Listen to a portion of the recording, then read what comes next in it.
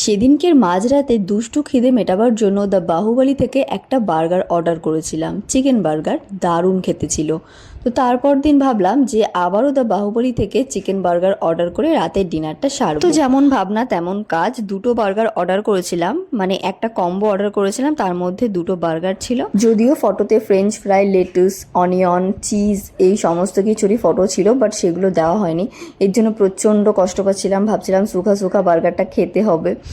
তো এই দেখো ভেতরটা শুধুমাত্র ক্রিস্পি চিকেন আর মেয়োনিজ দেওয়া হয়েছিল। তো আমার মনে হয় বাদবাকি জিনিসগুলো দিলে আর একটু ফ্লেভারফুল হতো। তো যাই হোক, কিছু করার ছিল না। তো তারপরে তো আমরা অনিয়নগুলোকে রিং রিং করে কেটে এর মধ্যে দিয়ে আর একটু সস দিয়ে খেয়েছিলাম। একটু চিলি ফ্লেক্সও দিয়েছিলাম, কারণ একটু চিলি ফ্লেক্স দিয়ে আরও টেস্টি লাগছিল এর জন্য। বাদবাকি খেতে বেশ ভালোই ছিল। আমরা আগে থেকে থামস আপ আনিয়ে রেখেছিলাম, তো থামস আপের সঙ্গে বার্গারটা খেতে জাস্ট দারুণ লাগছিল। আর তোমাদের কোন বার্গার সব থেকে ফেভারিট সেটা কিন্তু আমাকে অবশ্যই জানিও। ওকে, টাটা।